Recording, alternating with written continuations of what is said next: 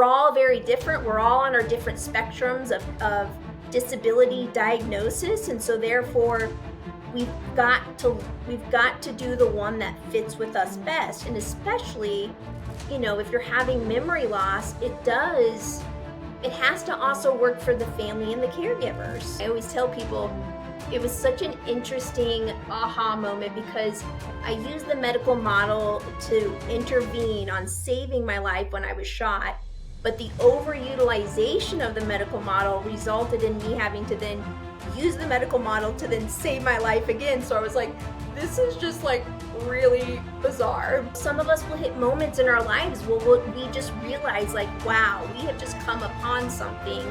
And if I don't do something or I don't say something, nothing's gonna get done. And again,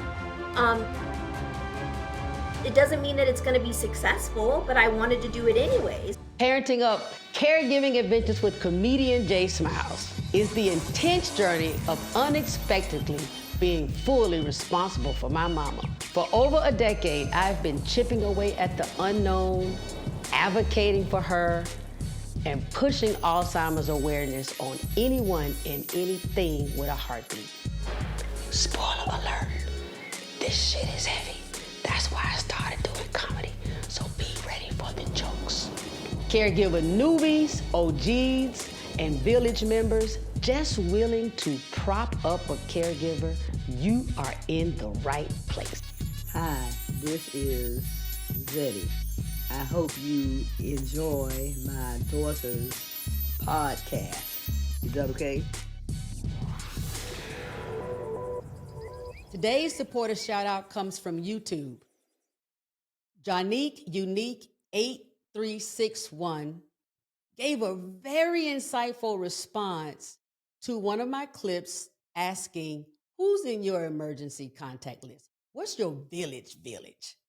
And she says, I never saw one of them whilst I was on life support.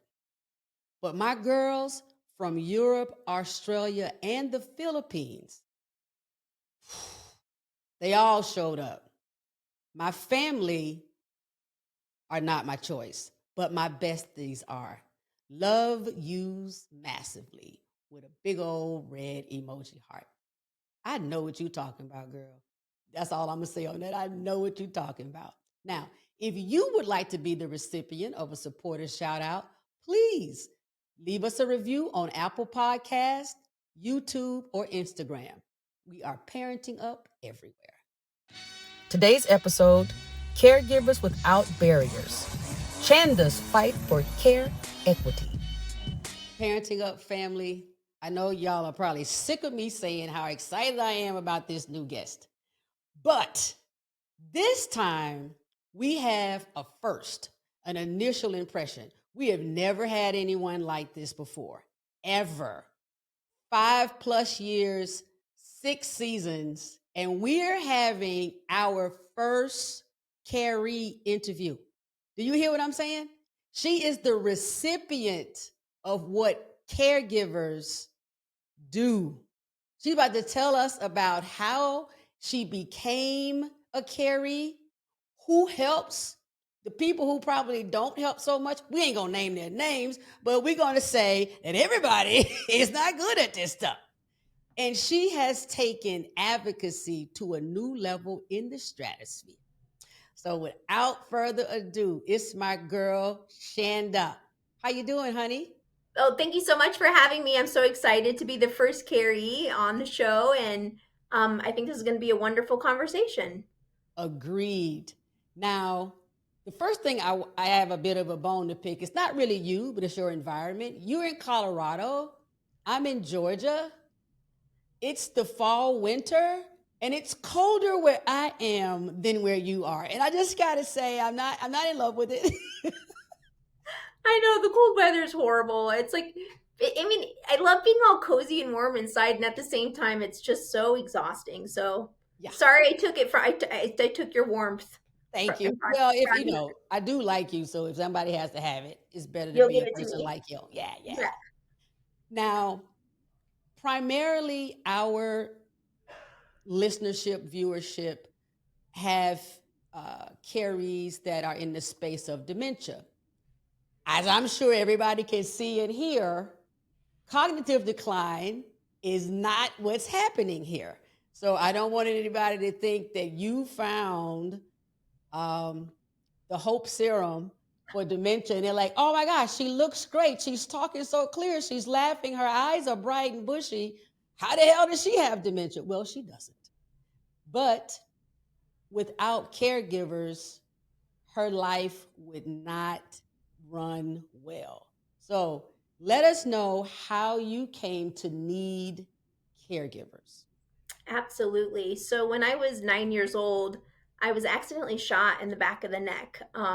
It severed my spinal cord between the C5, C6 cervical part of my spine. And so from 9 until I'm in my 40s now. And so from that time, I have relied on caregivers all the way from family members to then transitioning away from family into caregivers through various particular programs, whether that be home healthcare agencies, whether that be through government programs that allow you to kind of facilitate that. So my experience of the caregivee role and knowing that there's been a variety of ways in which I've been able to be a recipient of that has been pretty vast, right? And so I have so much empathy and so much knowledge about how that relationship, how those relationships work and how oftentimes they don't work. And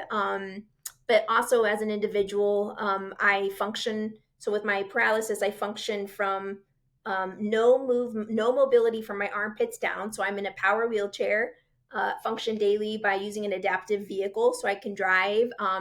I have a service dog, but he's retired, so I'm kind of like, if I drop something, I'm like, I just have to wait, like, and he just stares at me, which has been a really fun recent journey for the two of us. And so that's where it all began for me, was my injury. And now being in my 40s, there's just been so much that I know that you and I are going to get into. So Yeah. Now, listen here, Parenting Up community. We came to know Chanda with the Chanda Center. And if you've heard of it, then you recognize what a badass we have as a guest today. Before we get into everything that the Chanda Center uses as services and how she services a community even broader than what her needs are, I want to stick to as your space as a caree for a moment. mm-hmm. You have been, we're talking like maybe 3 decades. Mm-hmm. And so, as you mentioned, there's been a vast change maybe in what your needs are. There's been a vast change in technology. When you were 10, these power wheelchairs didn't exist at all, not like they are now. Oh yeah, not like they are now. Like the when I was first in, like I mean, it was definitely not as advanced as it is today. So what I want to find out from you is, as a caree, overall, have you had a preference to family versus in-home help versus, you know what, this might be better if if I go to a center where they have really trained professionals to manage whatever it is I need? yes. So yeah, and I want to kind of preface with the lens that I'm definitely, as we mentioned, I'm still young. I'm not going through levels of dementia, right? So that I just want to note that my experience may come across a little bit different, but I know that there will be points of relatability that we can have. And so Yes. when you asked that question, the first thing that popped in my mind, which usually when that first comes to my mind, I'm like, that's the answer. And so for me, it's not that one or the other has been better, but rather having the network of all of them and having choice is truly what I've enjoyed. So for example, you know, being with my mom when I was younger, that's all that I knew, right? That's all that she knew. She was going to take care of her little baby, right? Like I mean, even till up to 18, but then I got to the point where I needed independence, right? So I wanted to move away from that care that was directly with my family. And so at that time, then I started using home healthcare agencies. That experience wasn't so great for me. That experience was, if you can't find a home healthcare agency that can have consistent caregivers where rollover's not a big deal, that that they're going to show up on time, they're actually going to show up on time and not be high or trashed or something. And some could Oh, like, okay. The same happens in Georgia. okay, well, I think it happens all over the world. Ooh, you're like, ooh, it happens in Georgia too. So Yeah. it's like, it's so for me, that model wasn't my favorite, but I learned a lot in that model because then I was empowered to really jump into a different model where I now have the opportunity to choose my own caregivers. And so, for example, in the state of Colorado, if there is a family member that would be taking care of someone such as myself, or even somebody with severe dementia or memory loss, there is a program in which the families can choose the caregivers. So they can use their Medicaid dollars to say, you know what, I can actually pay a family member to take care of this family member. Or if I already have a full-time job and caregiving is not my AMO, I can hire someone that I trust to come in and use those Medicaid dollars that would typically go to a home healthcare agency, but directly into the pockets of the people that you trust, or a family member that's already doing the work, that had to potentially stop a job to do it, and they're going to get paid to do it. So for me, really, but even as of today, with my caregiving, like with me living in that direct that care directness, direct care of like, I get to choose my own caregivers. Yes. Believe me, there are still times where I need a break from them. And so when my mom comes into town, I'm all like, PTO, you got the night off, woo woo. And then like they're feeling the same way, right? They're like, thank God she's giving me the night off, right? Because we intimately connect every single day of our lives. And so I hope that kind of answers the question. It's like, It does. Yes, and I it does. yeah, and I just don't think that there's one right way too, because I feel as though we're all very different. We're all on our different spectrums of disability diagnosis. And so therefore we've got to do the one that fits with us best. And especially, if you're having memory loss, it has to also work for the family and the caregivers. Correct. Correct. There's so much overlap in what you just said, at least what I've experienced as being my mom's caregiver and what I've witnessed in other people, which is I don't give a freak how much you like somebody. There's a point when 24 hours a day, 2 or 3 days, 2 or 3 weeks in a row, and you feel like the walls are closing in. And Mm-hmm. just to have interaction with another person, another human. It doesn't mean that the routine changes, but if the players change, it can give a little bit of like an energetic boost to the whole team. That's what I think. Absolutely. And I think too, what's really important to be careful is that, so with like my caregiving schedule, I have one that does 5 days and then one that does 2 days, because that person that does my 5 days, I'm not doing 7 days. Like, so you've got to get really creative in that person that does those 2 days. I don't want them to do 7 days. And so, but it gives that nice breakup of change of, you do the same routine, but it's a little different. And that Yes. little difference in your routine makes it feel a lot lighter for the caregiver and the caregivee, because the mundaneness of it can get to a point. I will be honest, sometimes it can get dark when it's too mundane and Yes. you're not having the ability to be flexible with that schedule and changing it up a little bit. So, Yeah. totally. There's another bit of the overlap. And when we had our discovery call, I remember being so excited at the notion of we could start to blend care for dementia and care for those with physical disabilities, because the caregivers are operating in much the same sphere. And if those two communities were to unite and have a massive march on Capitol in DC, how much louder would our collective voices be? And so we'll get more into that in a second. So you are nationally and internationally known as the hardest working woman in disability advocacy. So please share. The Chanda Center is a blueprint for what can be done when a person decides that's a fuck enough.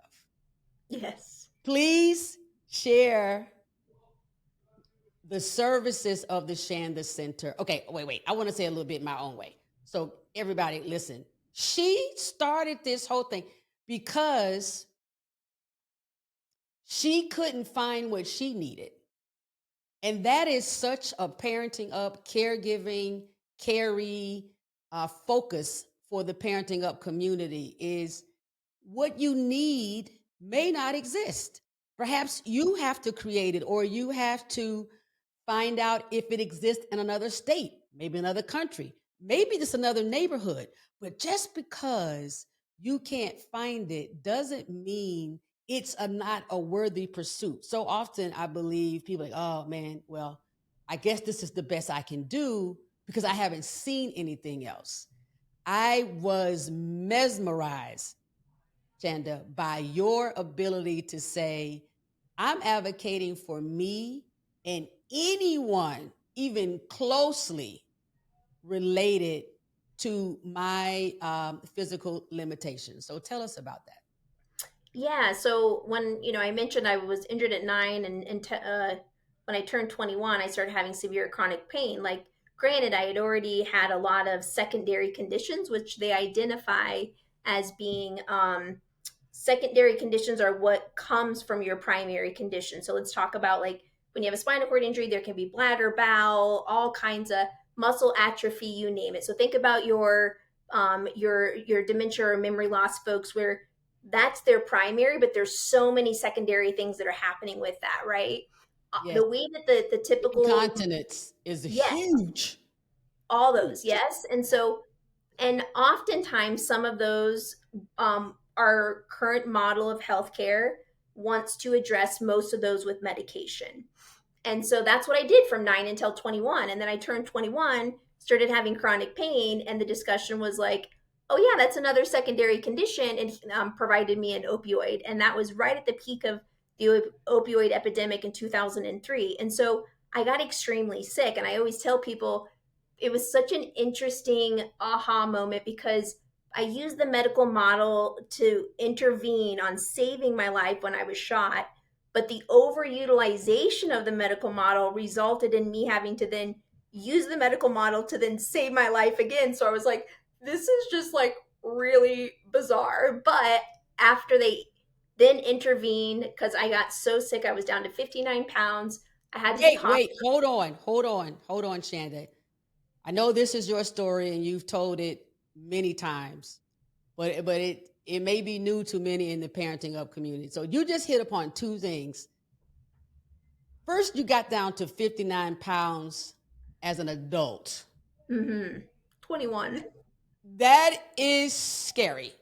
Very Second, scary. you mentioned the opioids making you sick. And because you live in Colorado, I don't want people to think, oh, she was just high. She just got too high. No, she didn't just get too high, at least not this time. I'm not saying she It never got wasn't high. even legal then. But so if You don't you want to can see me share higher. what the sickness was that really pushed you to say, okay, this medication, this feeling is not going to be able to last. Well, yeah, I think that all of that accumulation of utilizing all of those medicines and not moving my body was what was the issue. Because in medicine, we're not supposed to mask the issue, we're supposed to address the issue. We all know this. It is the most simplest way of health, human, and healing. And for some reason, it is a constant complex in our healthcare community.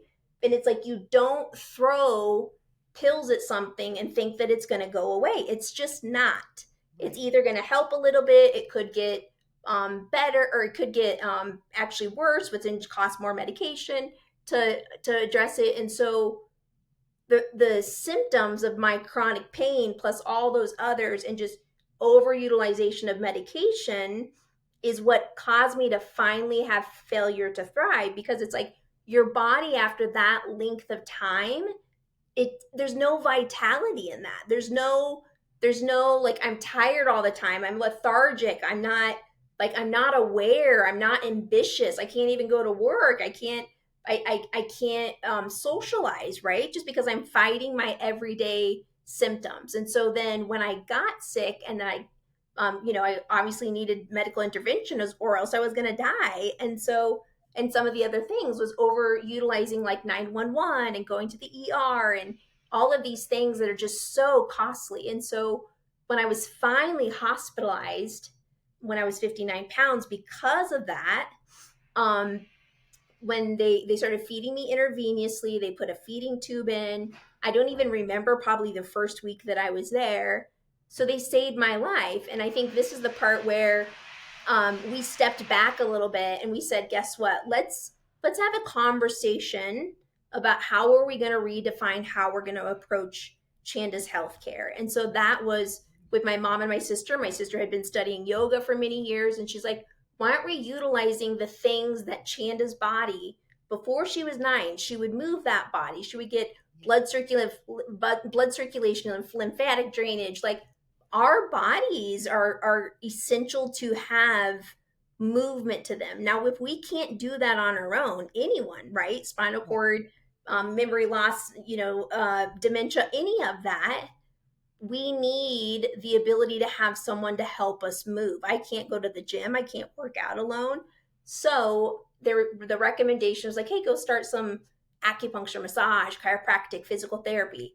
I went and did that. And I tell you, and I've told everyone that the reason we're having this conversation today is because it saved my life. And so that was the spark of that saving my life. But then it created a spark of like kind of creating a path of 2 separate places that we'll probably go into. And it's like legislative changes, systemic changes, because knowing systemically, if we change the issue, we're going to create more sustainability for a population that is needed, but then also creating a nonprofit to address some of the issues now, whereas systemic change could take years.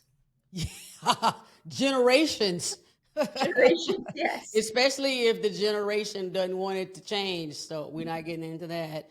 But you were listen, again, badass. You're in your 20s. You have just fought courageously for the second time to stabilize your life. Mm-hmm. What occurred, or what do you think thrust you into this role of advocacy? Because figuring out what worked for you, you could just kind of tell a few of your friends that you may have met along the way in various hospitals and treatments, and hey, guys, I think you should do acupuncture, da da da. But have you always been activist and community oriented, or did something occur in your 20s? Yeah, the moment of finding a new and more healthier way of living, because after I did that and it saved my life, like I was like, my energy level increased. I had more clarity because I had less medications. I was like, wow, so I had so much more health. And it just, again, goes back to when you feel healthy, you can actually do something. And so when you have, I keep telling people, there was almost this moment where it's like the mental clarity was so strong and so, I think, motivated, that I don't think that I had a choice at that point. Like I just started doing because I was I was passionate about what saved my life. I was passionate about researching whether it was just my story and finding out that it wasn't. I was passionate about calling up Medicaid and saying, I've just been saving you a lot of money because I'm doing these other services. And then finding out that it wasn't my story and that there were other people struggling with it, and the fact that nothing was being done about it, like it just lit a fire under my ass. And I was just like so passionate. And I was like, this has to change. But I think that that's, some of us will hit moments in our lives where we just realize, like, wow, we have just come upon something. And if I don't do something or I don't say something, nothing's going to get done. And again, um, it doesn't mean that it's going to be successful, but I wanted to do it anyways. And so I was just like, That let's do is it. that is such an amazing point. That point of it doesn't mean it's going to be successful. It might not catch fire. You may not do it for long, but if there's this push of intuition where you're passionate about it and there's a fire in your belly, the courage to say, well, I'm going to try and we will see. Yeah. I kind of felt like there was almost like I had a choice, but I almost didn't have a choice because I was so on fire that it was almost like the fire was leading me down a path that I almost was not. And I just like it was going right. And I'm just going to keep going. And I know Yeah. that we all know these moments because we'll feel them in life. You know what I mean? And just so happens that things start falling in the right place, and you're like, okay, this is exactly where I'm supposed to be, so I'm going to keep going. And so I think that that helped as well.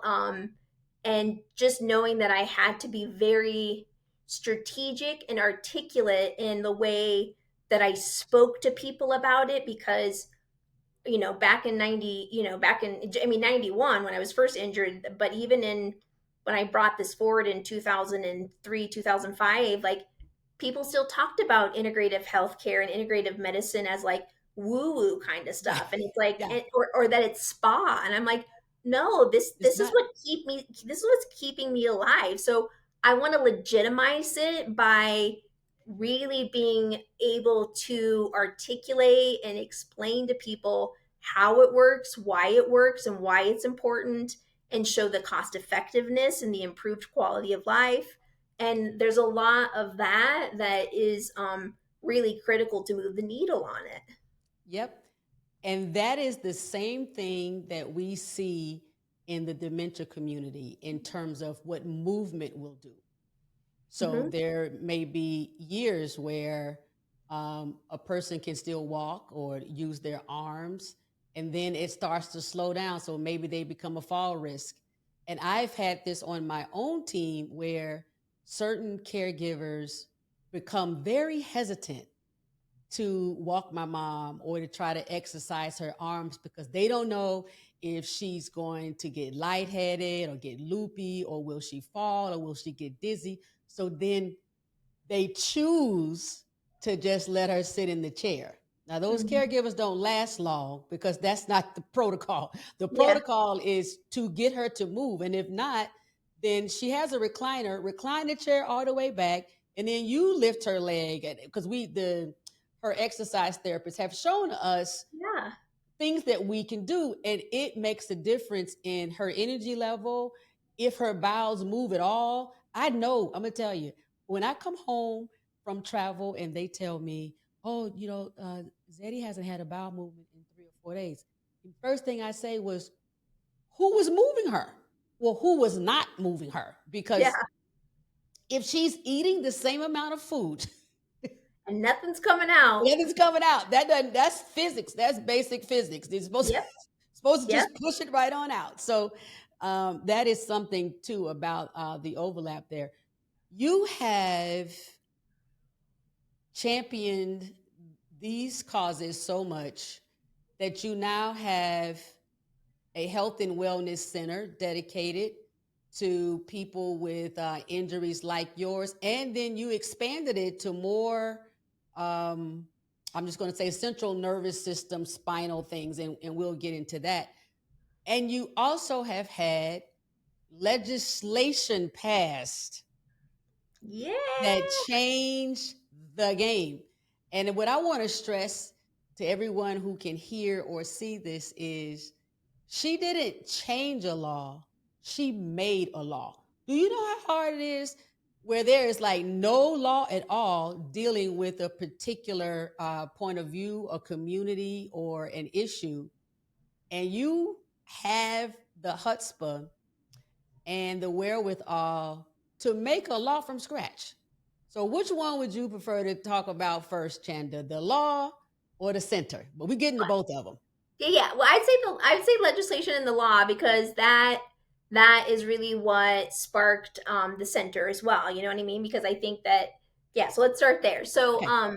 when I had mentioned earlier that the integrative therapies just completely changed my life, I had mentioned that I called up my Medicaid, right? And so I just said, hey, I've been saving lots of money. If you look at my claims, you'll see that I'm not costing you as much because I'm not going to the ER to do a ton of tests. I'm not calling 911 because I feel like I'm dying every day, but rather I'm doing these more preventative services that are very cost effective. And I'm just curious, like, how can I get those covered? How can I swap out these other things for good things? And the lady's like, oh, we just don't cover that. And I said, oh, okay. And I said, well, was it like, again, I'm in my 20s, so I'm like, well, let me talk to your supervisor. And she was she was so adorable because she even laughed, and she was just like, no, it's a legislative change that you have to do. Our legislative body here in the state of Colorado is what determines what we cover. And so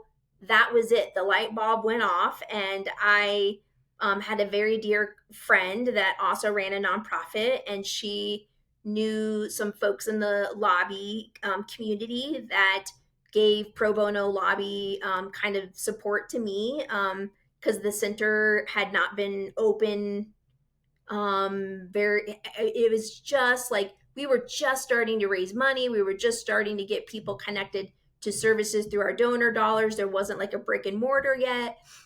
So I went through that process, but I strategically went through the process by making sure that the consumers were driving the legislation. So I didn't want the providers to be the one driving it, because I didn't want our legislative body to have any level of confusion that this was just another way for providers to make money, which again, Medicaid doesn't make a lot of money for folks, but still, I wanted to avoid that. And so we as consumers with disabilities went down there, and I got a Senate and a House sponsor, and we presented it. We testified in front of our legislative body, and we passed the bill. And basically, we just said, like, at least do it as a pilot. Do it for the Denver metro area for spinal cord injury. Let us prove to you that it's cost effective and it's going to improve people's lives. And so they passed it. And I would say that most people that were on the legislative body, they use these services too. And so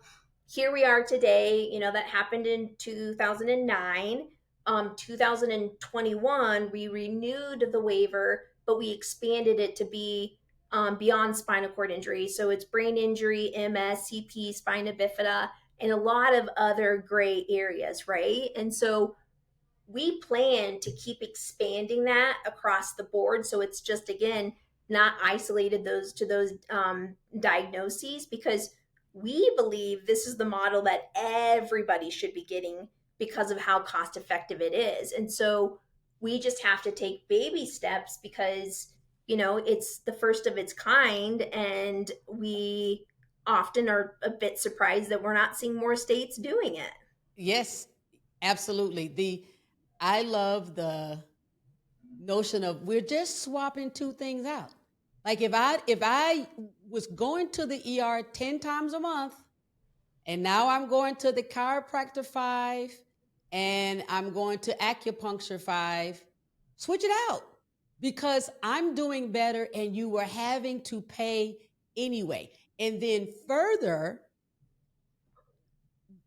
the ER should be for life-saving theripies. Like Yes. your first injury, when you Yes. were shot. That's where the ER is for. Somebody's in a car accident. We need the ER right then. But these, Catastrophic, or correct. yes, right? But we in the dementia community overutilize the ER as well. And Disability. it is such of a burden to the ER system, because since my mother can't tell me why she fell or why her eyes aren't blinking, she can't say, I have a headache, or my stomach hurts, or my knee hurts. So if she isn't responding in a way that I'm familiar with, I just go to the ER. I'm like, well, shit, I don't want to take a chance. I don't know what the hell is going on. Usually, it's nothing. Like in 14 years, I know we've been to the ER more than 100 times. 3 times it's been something ER worthy. Everything else, we could have waited or whatever. But it's that fear for us in the dementia community that what if this is something that is more? Yeah. So that is another area of the overlap there. Now, I got to say this, Chanda. You went through this legislative passing process like it was a cake baking recipe. And I know it was harder and more complicated than that. Can you just give us an idea of from the time they said you have to change, that's a legislative deal. You got that from from the government, from the medical health system. How long was it? Was it a year? Was it 5 years? About from until that first legislation passed. Yeah. So we presented it the first time in 2008, and then we got it passed in 2009. And I do believe that we would have gotten it passed in 2008, but there was because we could have amended some language that would have absolutely made it pass, but we're like, no, let's just go back into the next session and we'll do it then. And so it took 2 years, and just because the first year it didn't go through because of just semantics around language. And but one of the things I even mentioned to you, I always tell people every day, like, if I can pass legislation, you can pass legislation. Because I had no, like, I learned quick, and I was a fast learner, and good thing I was doing my integrative therapies because I was on top of it. I wasn't foggy. I was like ready to go. I had lots of energy. But so I learned quickly I learned about what the legislative process looks like in my state.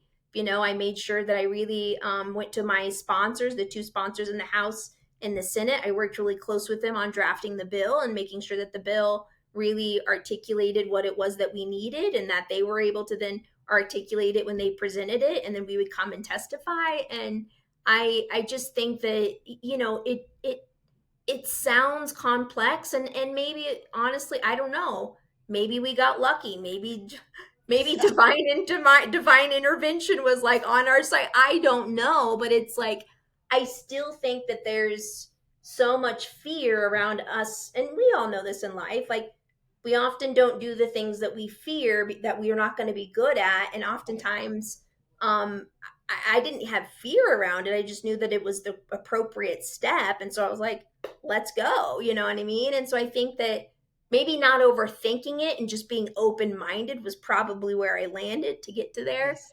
And we have a playbook. We have always made it available because, I mean, you can Google and figure out, like, within in this state, what are the steps of passing legislation?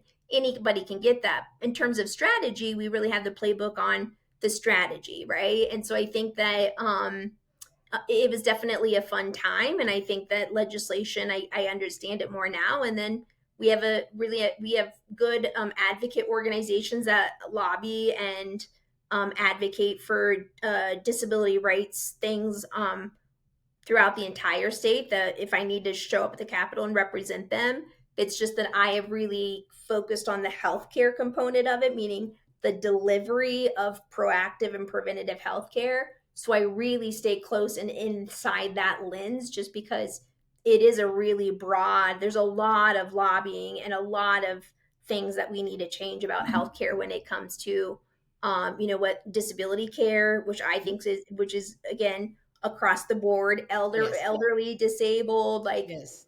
oftentimes people want to separate those two populations. And I think the more that we immerse ourselves together, the more that we have success to some capacity when it comes to the physical barriers that Correct. still exist in the healthcare system. So, but yeah, the legislative Yes. part was fun. Yes. I mean, I'm mesmerized by it. So I hope there at some point there's a short story or a documentary or something. I'm coming to the opening, or I'll get there to see the viewing. Um, I so grabbed right on during our initial conversation around this idea of seniors and dementia, and the care that is provided also for those in the disabled community, because when it boils down to it, both communities have reduced abilities, period, across the board. Oh It's yeah. things my mom could do that she cannot do at all anymore. There are things that must be done for her in order for her to thrive or Mhm. just stay alive. Even if it's a day when she's not thriving, she still needs the assistance of someone else. So I think we won't be able to harp on that enough. I don't believe. Now, the Chanda Center, people are coming in there and you're changing lives. How is it running that thing, being an advocate, being a caree? How the hell do you do it? Yeah, I ask myself that question a lot. so I've slowed down in my 40s, I will say, because as a quad, I think that I pushed hard in my 20s and my 30s, and I'm glad that I did because I created something that I feel is very valuable to our community. And now I'm at the point where it's like I can't push that hard anymore. But all that work that I did, for 2 decades is that it really set up for success to have people that I can trust that are operating the clinic. And I'm able to do, I'm able to focus on podcasts and traveling and speaking and raising money and doing the legislative stuff. And so I've really narrowed my scope of what I'm capable of doing at my age. And so here at the Chanda Center, when we opened it, and to kind of back up a little bit, we became, but after we passed legislation, and now Colorado was saying, okay, we'll fund acupuncture, massage, and chiropractic for all these disabilities. We found that providers weren't signing up. And so I went back to our board of directors and I'm like, wow, I mean, this legislation was so awesome, but no providers are signing up. And that's mostly because they were scared of disability. You're not going to see a bunch of massage therapists that they either want privates where they're making a lot of money. They want to, if you wheeled into a chain that's a massage therapy or acupuncture kind of chain. Yeah. If I ever wheeled into one of those places, I cannot even imagine the looks that I would get. Like, how the hell are we going to get you out of your wheelchair and all those sorts of things?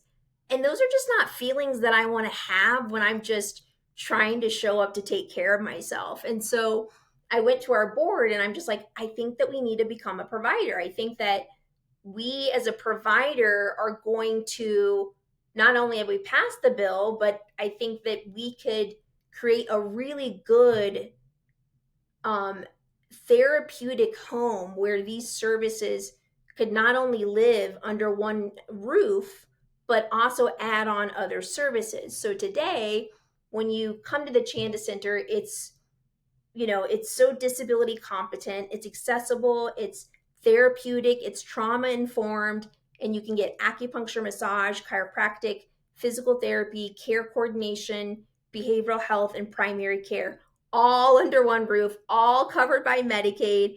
And those providers collaborate with each other. So on the basis of the end user. So if I'm having a bad day and I'm in a lot of pain, my massage therapist is going to talk to my acupuncturist for me, so I don't have to keep repeating my story over and over in that same day. And if I'm having a good day, I'll share it twice if I need to. But there's a lot of collaboration that occurs. Or primary care might be like, oh my goodness, I'm dealing, and we've got an individual, they're having really bad back pain. You know what, we're gonna let's talk with the team, let's figure out how you can get some more treatments of massage and acupuncture to at least maybe upfront some service to get it low. So it's just amazing to see all of these options and collaboration in healthcare. And again, this model is not supposed to be just for disability. This is supposed to be for everyone in the world, because this is how we sustain wellness and remain vibrant and remain in our communities and remain employed. Yes, I agree 100%. 100%. Um, the collaboration of our communities and the connectedness, so that there are millions, but if we combine, then the cloud, so to speak, or the sun's rays that we are emitting will be multiplied that much more. And so I'm excited for us to continue this conversation. I am so excited to have met you and Likewise, to, when I first met, I was like, I'm so excited I met you.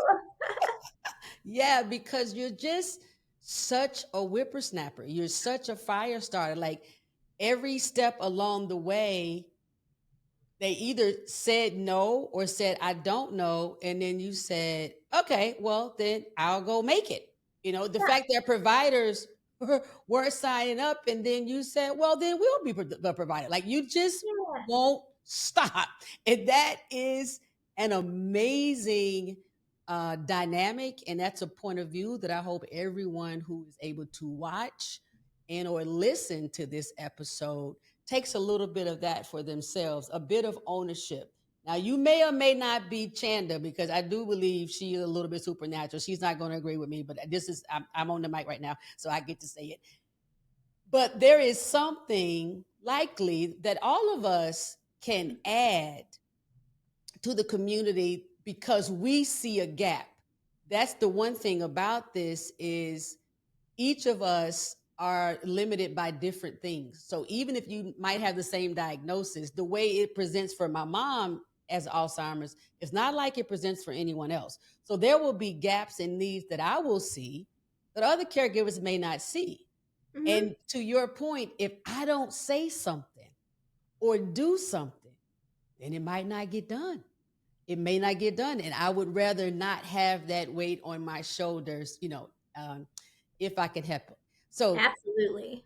before we I don't even want to stop talking, but before we put a short end on this particular conversation, we are all about humor and levity here at the Parenting Up podcast. So what are you comfortable sharing where your caregiver, or it might have been you, the caree, where it was just holy schmoly shit? No one would believe this. This is hilarious. Now, maybe it was uncomfortable in the moment, but looking back on it, it is giving you hours of laughter. Yeah, so I thought about this because when we did our pre-call, I was kind of like, there's so many, honestly. There's so many of them, because it's just like, again, if you can't laugh at life, then what, right? And Yeah. so for me, I think what has been the most consistent, funny component, and it's happened all the way from the time when I lived with my mom to today, to where the amount of serious conversations that I have with my caregivers while I'm taking a shit in the bathroom on my commode, I'm just like, oh my god, and I'm naked because I do it naked, and so it's just like, but we just act like it's just so normal, and it's been that way my whole life, and I'm just like, we would like, I'm like my mom, and we're so comfortable. Like I remember my mom being in there with her coffee, leaning against the door. My sister would be sitting on the counter, and I'm just like, this is getting out of control. Like, can I? At what point I'm just like, I need some privacy, right? But then like, you should just, we'll get, like, me and my caregivers now, like, we'll get intense conversations going, and it's like, oh wait, okay, let's do this thing. Like, I'm sure that I can guarantee there are so many other caregivers that can relate to that moment with the person they're caring for, that it's the part of just life. It's part of life. Yes. And yet you still, you just have to live life. And I think it's hilarious because it continues to this day. And That's right. ah, I do believe the toilet. I will say that I think toileting does offer an abundance of opportunities for laughter. I mean, one way or another, um, and that also that happens a bunch. You know what? I can with my mom too, and I can kind of tell the caregivers they're not going to last long by the point you just made. They're a lot more timid about being near or around her while she's on the toilet. And I've actually had a few of them say, well, I want to give her some privacy. I'm like, shit, I'm not paying you for privacy. I need you to get up in there and watch her or talk to her, play some yeah, music, dance, read a magazine. I don't care if she don't know what the hell you're talking about. You just read it to have, maybe your voice will feel like a nursery rhyme or it's like sing-songy. But what do something. you mean you're giving her privacy? Privacy Mm-mm. over. Privacy was over as soon as she got diagnosed, honey. I hope she had privacy before now Yeah, because because like you said, she doesn't even like your concept of privacy is not what she understands. Like, so you've got to be there with her. Like, so it's interesting, and I think that's really great for caregivers to constantly, be, not to their detriment or their fault, but like they also, I feel like they just need some more training sometimes. I just feel as though some will really get it and they will completely kick ass at it, and other ones I'm just like, how does the how is this happening right now that you and so correct. it's very, and I have had the longest story of the most craziest caregivers and some of the most amazing caregivers. And I also will leave with this one note. I think that whenever caregivees have the chance to acknowledge their caregivers, it's so essential. I do my best that if I, have to speak somewhere and a caregiver's with me, I will call it out when I'm up on stage, just so you all know I'm here because of a caregiver and the only reason why I'm here. And I think that oftentimes we forget about our caregivers. And I think, and knowing that memory loss and dementia, they're not going to be the ones that are going to be able to do that. Maybe if there's moments of when they're in their earlier parts of it, they'll Yes. they'll thank you, but your family's enough. But if you're still coherent to some degree, I just think that in the world we need to be recognizing and honoring them a bit more. So I wanted to end with that note. Oh, I love that. That is so amazing. All right. So now you just sparked this is my last comment. This Go okay, for it. it was Go for supposed to it. my last comment was supposed to be 3 comments ago, but whatever. So you are activating my curiosity as a caree. Is there Are there one or two things where you will say, I am always so grateful when my caregiver does or says, blah blah blah, something that would be informative to caregivers, whether they're family caregivers or paid caregivers, to have a perspective of, oh wow, okay, maybe something small, it may be something that's highly technical. I mean, I don't know that it's something that is said. I know that when because I live alone. I'm a quad that lives alone. So my caregivers are it for me, right? Like, I mean, I have a Yes. sister. I have other means of networks and support outside of them. But when the rubber meets the road, it's those two, right? And so I always love when they recognize that they're my it, meaning that if you see that piece of paper on the floor and I ain't picking it up and there's only one other person, like almost going out of their way to know that if they don't do it, it's not going to get done. And by doing it, they're making my life easier. So, like, Yes. I can see that. I can see Yeah. when that's being done. And so, when I see good caregivers like that, I know they're the right one because they're not trying to hold me back. They're trying to let me live my best life. And that is the best caregiver that I can ask for. So I feel like that's one thing. The other thing is when caregivers can really do their best to collaborate on when they need time off and filling for each other without it becoming too contentious where I need to step in. And so I think that those are the two areas that and lastly, just I'm taking good care of me, like my hygiene. I'm very much about my hygiene, and so like knowing that, oh, he needed to grab something. That was it. So but that I needed to be able to get their support, and they're all about it, right? And so that component is what is really essential to I would see those three components would be the most essential. I love it. I love it. That's perfect. I think that will be well. That's useful to me, and I'm sure it will help countless others. Chanda, this has been amazing. Thank you so much for sharing a glimpse into your journey, your story, your passions, your advocacy.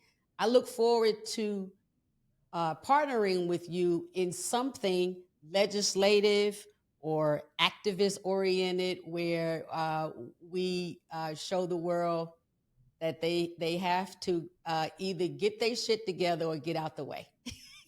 Exactly. And I'm just so honored that you guys kind of stepped out of your normal path and offered for me to come on as a caregivee, and I'm honored. So thank you so much for doing that and kind of allowing your listeners to hear something from a different perspective. And I hope that it's helped. I hope that it's given them a different way of looking at things, or if they haven't felt appreciated, you are appreciated. And so that's Thank another you. thing.